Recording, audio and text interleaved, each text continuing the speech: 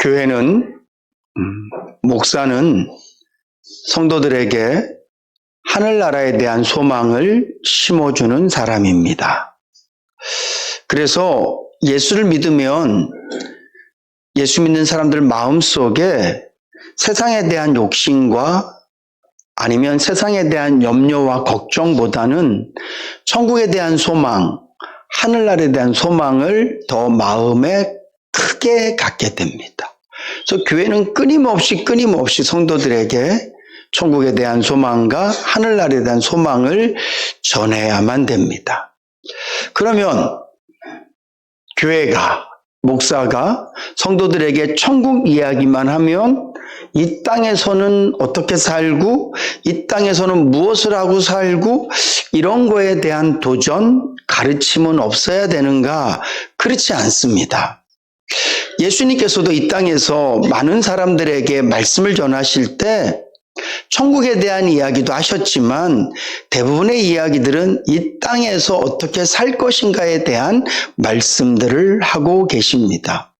그래서 교회는 성도들에게 가장 중요한 천국, 하늘나라에 대한 소망을 계속해서 끊임없이 심어주고 또한 이 땅에서는 성도답게 제가 지난주와 지지난주에 말씀드렸던 것처럼 빛처럼 사는 법, 산자처럼 사는 법, 하나님의 백성답게 사는 법, 이런 것들을 가슴에 담고 이 세상에서도 어떻게 하면 내가 하나님의 사람답게 천국을 소유한 사람답게 살 것인가를 고민하게 하고 그런 삶을 살도록 도와주는 것이 교회의 역할이고 목회자의 역할이라고 생각합니다. 요즘 이렇게 나라를 보면 제가 우리 성도님들이 어떻게 살까 생각하면 벌써 마음이 답답하고 막막해집니다. 다시 말씀드리지만 저는 여러분들에게 끊임없이 천국을 이야기할 거예요. 세상은 힘들어도 우린 천국이 있습니다. 오늘 본문 말씀에도 기록되어 있는 것처럼 이 땅에서 예수 믿는 사람들이 그렇게 힘들게 살지만 결국은 그들이 천국을 소망하면서 견디어냈습니다. 이 얘기를 하는 것처럼 저는 여러분들에게 다른 어떤 희망과 기대는 줄 수 없지만 천국이 있습니다. 결국 우리 천국 갑니다. 이 얘기를 끊임없이 전할 거예요. 그렇지만 우리가 함께 이 땅에서 몸을 부대끼고 살고 제가 여러분들을 알아가며 살고 우리가 이 땅에서 육과 육으로 살아가기 때문에 여러분들이 한없이 걱정되고 염려될 수밖에 없습니다. 진짜 이젠 우리가 그 어떤 것도 이거면 되겠다라고 확신할 수 있는 게 아무것도 없어요. 저는 정치적으로는 무색입니다. 잘하는 사람이 내 편이에요. 그냥 백성들 잘 살게 해주고 좋은 정치 해주면 저는 거기다 제 한 표를 던질 거예요. 우리 목사님은 무슨 색깔일까? 저는 무색이에요. 그럼에도 다시 한번 깨닫습니다. 이젠 대통령 못 믿겠다. 그러면 야당은 믿을 수 있습니까? 아니요. 못 믿겠다. 지도자들을 위해서 기도하고 잘하기를 바라는 마음은 같지만 그들에게 우리 국민들의 삶을 맡길 수는 없겠다. 다시 한번 절실히 깨닫습니다. 우방국이 어디 있습니까? 미국이 우리를 돕고 일본이 우리를 돕고 중국이 우리를 돕고 아니요. 다 자기들 입속 차리는 거죠. 모든 역사 속에 보면 항상 강대국은 돕는 것처럼 보여지지만 다 자기들이 입속 차려가는 거예요. 믿을 우방국도 없습니다. 이제 우리 성도님들은 연세가 점점 더 높아지시니까 주변도 믿을 수 없지만 스스로도 잘 못 믿어요. 오늘 우리 이기숙 집사님 교회 못 나오셨는데 얼마 전에는 차에서 내리다가 미끄러져 허리 다치셔. 또 지난 금요일에 뭘 잘못 드셔서 급체하셔서 제가 전화로 그렇게 말씀드렸어요. 천하의 이기수기도 이제 안 되는구나. 맨날 본인이 무슨 장사인 줄 아셔요. 난 병원 안 갑니다. 저는 다 괜찮습니다. 이게 우리 성도님들의 현실이에요. 제가 오늘 김독수 장로님한테 이젠 장로님도 죄송한 표현이지만 고물이 다 되신 것 같아요. 허리 아프셔서 2번 수술 받으셨잖아요. 지금도 되게 아프시거든요. 병원에서 수술 불가라고 판정이 나왔어요. 그냥 계속 아프셔야 된다. 의학적으로 치료가 불가하다는 거죠. 그냥 그렇게 사셔야 된다고.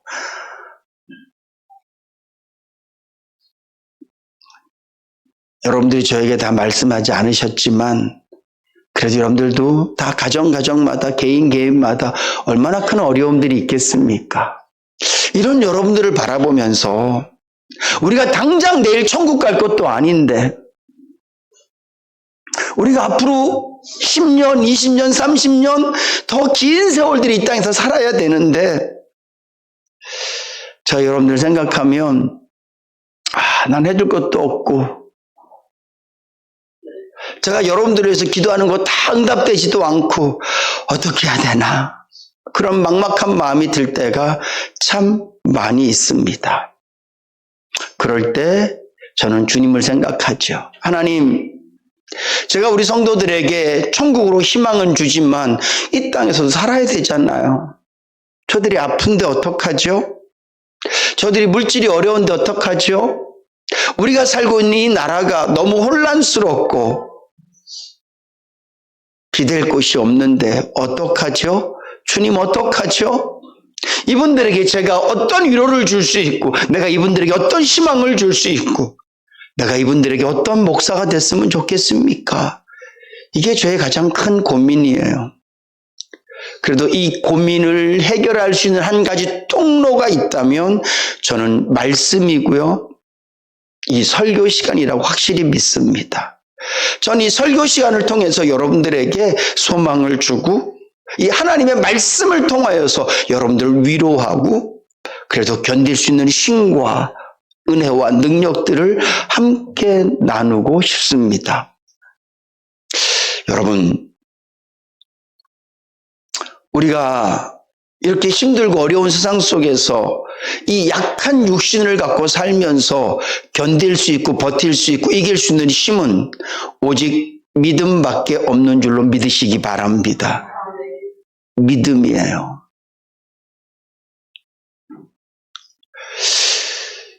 그래서 예수 믿는 사람들은 자신의 믿음을 끊임없이 성숙시키고 키워야만 돼요. 운동하는 사람들이 근육량을 늘리듯이 예수 믿는 사람은 믿음의 양을 늘리고 믿음의 크기를 키우고 믿음을 더욱더 굳건하게 해야만 됩니다. 그래야지만 여러분들이 이 세상 가운데에서 살아갈 수 있어요.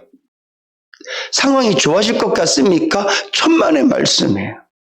특별히 우리 예수 믿는 사람들에게는 이 세상은 점점 더 살기 불편해지고요. 하나님의 말씀을 지키며 살려고 노력하면 노력할수록 우리는 손해볼 수밖에 없어요. 이런 세상을 살아가야 될 저와 여러분들에게 유일한 힘이 있다면, 우리에게 유일한 능력이 될 것이 있다면 그건 바로 믿음이라는 거예요. 예수를 아무리 오래 믿어도, 성경 지식이 차고 넘쳐도 자신의 믿음이 커져 있지 않으면 세상 살기가 점점 더 불편해질 거예요. 걸리버 여행기라는 그런 동화 같은 이야기가 있습니다. 아마 어렸을 때로는 다 한 번쯤은 읽어보셨을 거예요. 이 걸리버라는 사람이 4개국을 여행을 하게 되거든요. 그 중에 우리가 가장 기억에 남는 여행국은 2개국이에요. 첫 번째로는 소인국을 가죠. 그 소인국에는 사람들이 15cm입니다. 자기보다 10배 이하로 작은 사람들이 사는 나라에 그가 가는 거예요. 뭐가 무섭겠습니까? 왕이 무섭겠습니까? 심지어는 그 소인국이 사는 바다에 들어가도 그 바다가 걸리버를 다 잠기게 못해요. 풍랑이 치고 별걸 다 해도 그냥 도랑에 서 있는 것 같아요. 꽁꽁 묶어두지만 그들이 묶은 게 그에게 아무런 영향력을 미치지 않아요. 화살을 쏩니다. 그냥 개미가 와서 물은 것 같아요. 그리고 그가 거인국에 갑니다. 거인국에 가면 개미 한 마리 보고도 막 덜덜덜 떨 수밖에 없어요. 개미가 공룡 같은 거죠. 사람들이 걸을 때 그 발걸음을 피해서 도망 다녀야 돼요. 밟히면 죽으니까. 걸리버 여행기는 본인은 똑같은 모습이지만 세상이 바뀌는 거지만 반대로 생각을 해보면 저와 여러분들의 믿음이 마치 세상을 소인국처럼 여길 수 있도록 믿음이 커지면 이 땅을 살아가는데 불편하지만 때로는 힘들지만 충분히 견딜만하고 감당할 만하다는 거죠. 그러나 내 믿음은 매일 점점 더 조그매지고 세상은 점점 말세로 치달아지면서 악한 사단은 더 강하게 역사할 때 우리는 세상 앞에 우리는 소인이 되어져서 작은 바람만 불어도 절쪽으로 시날려 갈 수밖에 없는, 굴러 떨어질 수밖에 없는 그런 연약한 성도의 모습으로 살아갈 수밖에 없다는 겁니다. 2024년도 이제 얼마 안 남았지 않습니까? 이 얘기는 우리가 올해도 거의 다 썼다는 얘기예요. 이 시간 동안 여러분들은 돈은 얼마를 버셨습니까? 혹시 살은 좀 찌셨습니까? 아니면 여러분들이 원하는 대로 좀 다이어트는 좀 됐나요? 여러분들의 기도가 좀 응답되셨습니까? 근데 그보다 더 중요한 게 뭐냐면 내 믿음은 어떤가를 돌아보셔야 돼요. 내 믿음이 어떤가를 측량하는 방법, 내 믿음이 좀 커졌나 아니면 내 믿음이 좀 줄어든나를 점검해 보는 방법은 돈으로 하는 거 아니에요.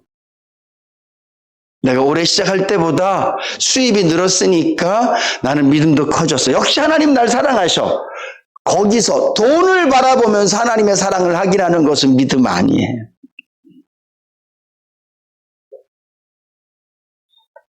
올해 내가 기도한 것들이 다 응답된 것 같은데 역시 내 기도가 응답되어지는 거 보니까 난 믿음이 커졌나 봐. 사실은 거기에도 물음표가 붙습니다. 우리의 믿음은 고난 앞에서 점검되어지는 줄로 믿으시기 바랍니다. 잘 될 때 내 믿음이 이만큼 컸나? 물론 잘 될 때도 겸손하고 잘 될 때도 하나님 바라보고 그렇게 내 믿음을 점검할 수 있겠지만 사실은 아주 잘 될 때 믿음을 점검하는 것은요 정말 어려워요. 잘 될 때의 모습은 사람들이 거의 다 비슷해요. 근데 고난 앞에 서면 적나라하게 내 믿음이 드러나져요. 내가 좋아하는 사람을 만났을 땐 내 믿음이 별로 안 드러난다니까요. 정말 힘든 사람, 어려운 사람, 내가 대하기 어려운 사람을 얘기하는 거예요. 내가 대하기 힘든 사람을 얘기하는 거예요. 나랑 다른 사람을 만났을 때 내 믿음이 바로 판명이 나요. 내 앞에 있는 상황이 내가 원하는 대로 탁탁탁 진행될 때는 내 믿음의 크기가 잘 안 드러나져요. 근데 내가 원하지 않았던 일들이 생겨질 때 내 믿음은 발가벗겨져요. 어떻게 여러분들의 믿음은 올해 좀 자랐습니까? 믿음이 자라지 않으면 다시 말씀드리지만 소인국에 간 걸리버가 아니라 대인국에 간 걸리버처럼 한 걸음 한 걸음을 아무리 열심히 뛰어도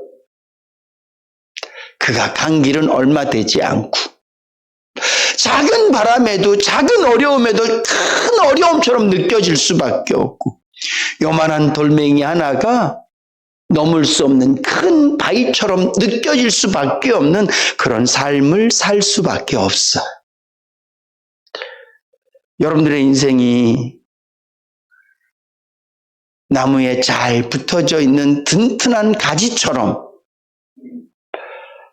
바람이 불고 비가 내리고 계절이 바뀌어도 여전히 그곳에 붙어져 있는 튼튼한 가지처럼 돼 있는 것이 아니라 작은 바람에도 이리 날리고 저리 날리는 메마른 땅에 떨어진 낙엽 같다면 우리의 믿음은 아주 작고 볼품없는 믿음입니다.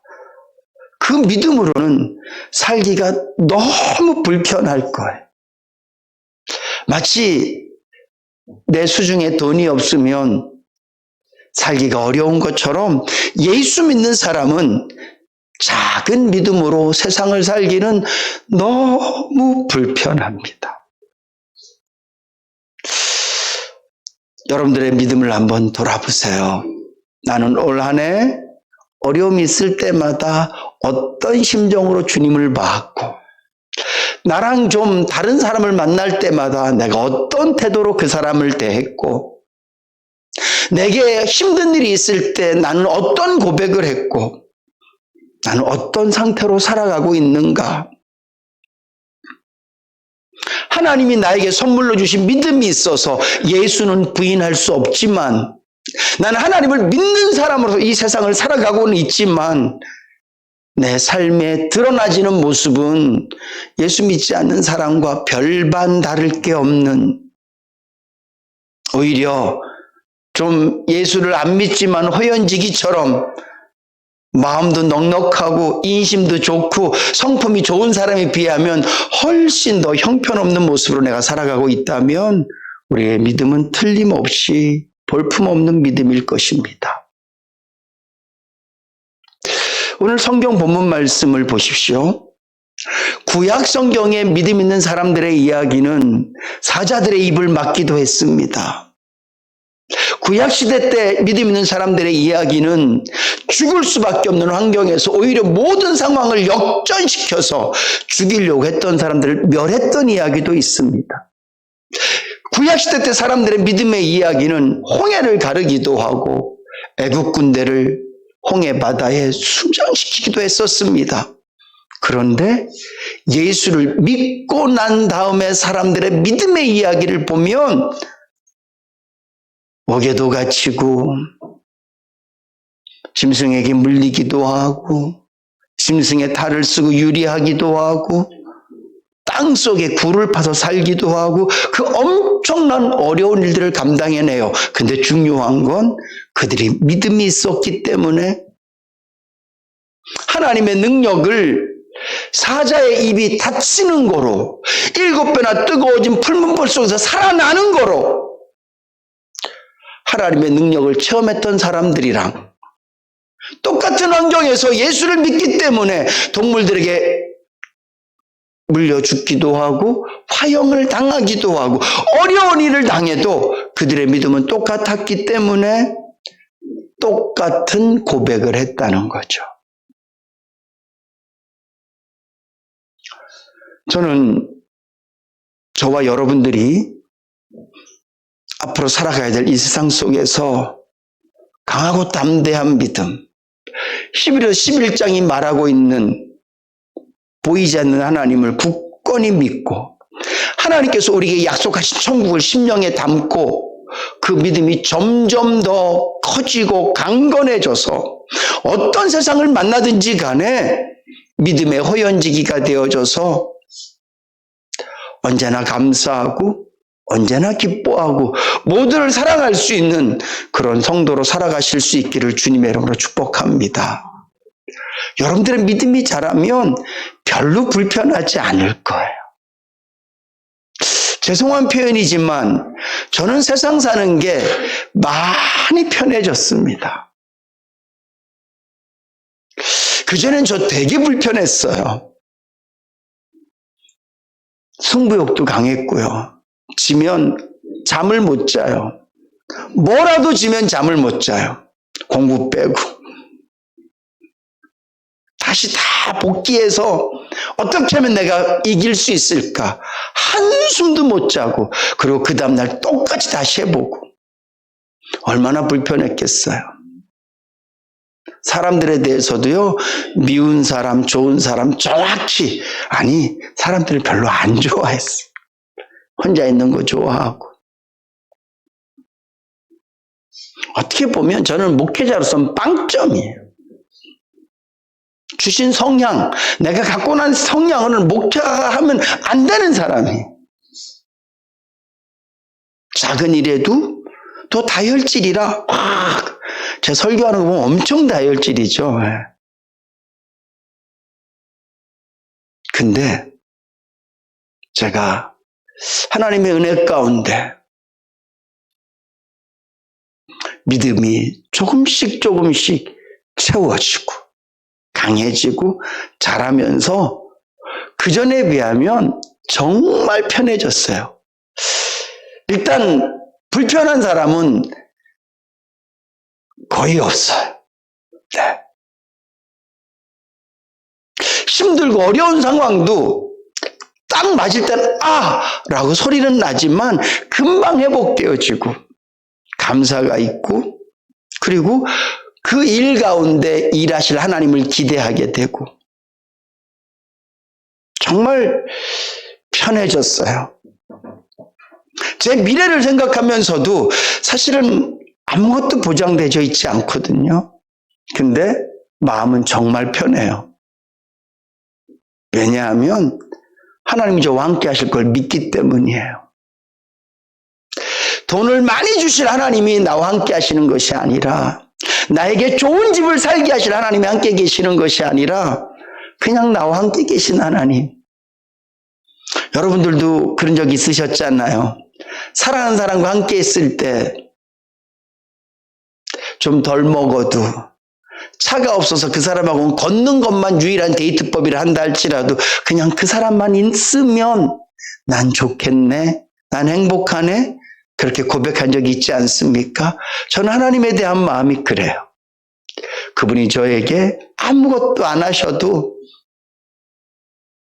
그분이 그냥 나와 함께 계셔 주신다면, 배고픔 속에서 그분이 나에게 신영아 나 너 사랑한다 이렇게 말씀해 주신다면 그냥 견딜 수 있을 것 같아. 아직은 제가 너무 건강해서 아파 보지를 잘 않아서 어떨지 모르지만 육신이 점점 시들시들해져 갈 때도 주님이 저에게 너의 육이 시들시들해지는 것은 천국이 가까운 거다. 네 육신이 흐물흐물해지는 것은 내가 너를 만날 때가 가까워지는 거다. 이렇게 말씀하시면서 저를 위로하시면 저는 그것도 감당할 수 있을 것 같아요. 전 이게 저에게 믿음이고 저에게 가장 큰 재산이에요. 교회가 저의 보장이 아니고, 성도들이 제 대책이 아니고, 제 자녀들이 저의 보장이 아니라 할지라도 저는 하나님이 제 인생의 보장이기 때문에 저는 그 하나님으로 말미암아 이 세상을 허락되어진 시간 동안은 기쁘고 즐겁고 행복하게 살 수 있을 것 같습니다. 사랑하는 성도 여러분, 성경은 우리에게 물질을 보장하지 않습니다. 성경은 우리에게 세상의 형통을 보장하지는 않습니다. 그러나 성경은 우리에게 믿음은 보장하고 있습니다. 아멘. 네. 성경은 우리에게 믿음을 보장해요. 신앙생활은 우리에게 예수 열심히 믿고 기도 열심히 하면 자녀가 잘 될 겁니다. 이걸 보장하진 않지만 당신이 기도하고 하나님 사랑하고 말씀대로 살려고 노력하면 믿음이 생길 겁니다. 믿음이 커질 겁니다. 믿음은 보장돼 있어요. 믿음이 보장되어 있다라는 말은 예수 믿으면 우리가 어떤 세상을 만나든지 간에 마치 소인국에 간 골리버처럼 믿음의 거인이 되어지면 이 세상이 어떻게 변하든지 동요함 없이 감사와 기쁨으로 살게 되어질 줄로 믿습니다. 저는 우리 모든 성도님들이 믿음의 거인 되셨으면 좋겠습니다. 비록 돈은 좀 가난해도, 비록 육신은 좀 연약해도, 우리가 살고 있는 사회는 좀 혼란스러워도, 다른 건 몰라도 믿음에는 다 거인 되셨으면 좋겠어요. 그래서 주님께 고백하기를, 주님, 나 좀 아파요. 근데 괜찮아요. 주님, 나 필요한 거 다 갖기에는 나 좀 부족해요. 근데 주님, 나 괜찮아요. 왜냐하면 믿음 때문에. 그러면 어떻게 하면 믿음이 자랄 수 있겠습니까? 우리의 믿음의 성숙을 가장 방해하는 가장 큰 것은 내 자아예요. 성경을 아무리 읽어도 나를 내려놓지 않으면 믿음이 자라지 않습니다. 기도를 아무리 많이 해도 나를 내려놓지 않으면 믿음은 자라지 않아요. 제가 아까 제 얘기를 잠깐 했었는데, 저는 제 믿음이 자라고 있다고 느끼거든요. 다른 걸 통해서가 아니라 힘들고 어려움을 통해서 저는 느껴요. 힘든 일이 생길 때, 어려운 일이 생길 때 그 어려움 앞에서 제가 조금씩 달라지고 있는 게 느껴져요. 근데 제가 이렇게 조금씩, 아주 조금씩 믿음이 자랄 수 있는 비결은 저는 저를 자꾸 비워요. 성경을 읽을 때 나를 내려놓습니다. 기도할 때 저를 내려놓습니다. 사람들을 대할 때도 저를 내려놓습니다. 믿음과 나는 상극이에요. 바리새인들이, 제사장들이 예수님이 죽은 자를 살리는 것 가운데서도 예수를 믿지 않잖아요. 로마 군병들이 쫓아와서 갑자기 지진이 나고 동굴이 굴러지고 예수의 시체가 없어졌습니다. 예수가 부활한 게 맞는 것 같습니다. 이 고백을 제일 먼저 들은 게 제사장들이란 말이죠. 근데 그들이 예수를 믿지 못하잖아요. 믿음이 하나도 자라지 않아요. 왜 그렇습니까? 자기 자아를 깨트리지 못해서 그래요. 여전히 이 땅에서 잘 먹고 잘 살고 싶은 자기 자아, 모든 사람 앞에서 높은 자리에 있어야 되는 자기 자아를 버리지 못해서 믿음이 자라지 않는 거예요. 목사가 내가 이 목회를 통해서 나는 내 체면을 살릴 거고, 나는 이 목회를 통해서 내 인생에 뭔가를 이룰 거야. 자기를 깨트리지 않은 목사는 믿음은 자라지 않습니다. 성도님들도 마찬가지예요. 장로가 되고 권사가 되고 교회에 뭐 해도 여전히 자신을 깨트리지 못해서 내 기분이 제일 중요하고 내 자존심이 제일 중요하고 내 목표와 내 목적이 제일 중요하는 항상 주체가 나인 사람은요, 믿음이 자랄 수 없어요. 잠깐 말씀을 들을 때 기쁠 수는 있지만, 잠깐 말씀을 듣고 나도 한번 해봐야지 이런 마음을 가질 수는 있지만, 그 마음밭은 여전히 돌짝밭이고 그 마음밭은 여전히 같이 밭이기 때문에 말씀의 열매, 믿음이거든요. 믿음의 열매는 맺어질 수가 없어요. 사랑하는 성도 여러분, 오늘부터 자기 내려놓는 연습 좀 하세요. 하나님, 나 내려놓기 원합니다. 이 상황에서 불쑥 올라오는 나를 좀 내려놓기를 원합니다. 하나님 말씀이 그렇다고 하면 내가 그런 줄 온전히 믿겠습니다.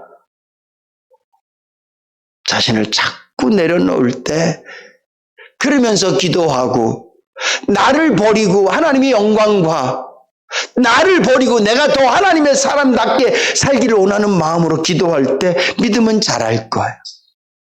말씀을 읽을 때에도 하나님의 말씀대로 내가 순종하겠습니다.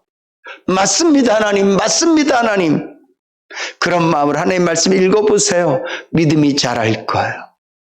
그래서 우리의 믿음이 점점 더 커져서 오늘 본문 말씀에 나오는 사람들, 그리고 마지막 그들을 향한 결론이 뭐예요? 세상이 감당할 수 없다예요. 다른 말로 하면 칼이 그들을 이길 수 없고, 불이 그들을 이길 수 없고, 돈이 그들을 이길 수 없는, 세상이 감당해낼 수 없는 사람들이었다. 오늘 저와 여러분들이 그런 모습으로 살아간다면 세상이 우리를 불편하게 해도 우린 살만할 거예요.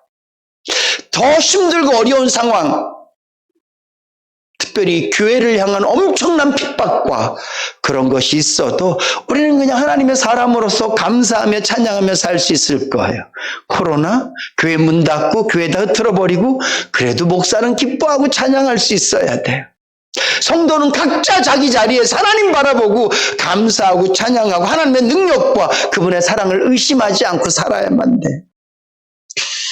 저는 우리 인내교회가 그런 교회였으면 좋겠습니다. 남천동, 이름도 남천동이에요. 제가 보니까 이 동네에서 이 건물이 제일 허름해 보여요. 안에 있으면 잘 몰라요. 밖에서 보면 곧 쓰러질 것 같아요, 여러분. 이런 건물에, 그것도 한 계단 한 계단 올라오기 힘든 3층에서 예배드리는 저와 여러분들, 세상이 알아주겠습니까? 아무도 몰라요. 근데 중요한 건 오늘 우리 교회가 믿음의 거인 되어지면 주님이 우리를 아시고 우리는 세상의 어떤 비바람 속에서도 꿋꿋하게 기뻐하고 감사하고 하나님의 은혜 속에 사는 멋진 성도들이 다 되어질 줄로 믿습니다. 주님 오시는 그날까지 점점 더 믿음 키우셔서 믿음의 거인으로 살아가실 수 있기를 주님의 이름으로 축복합니다.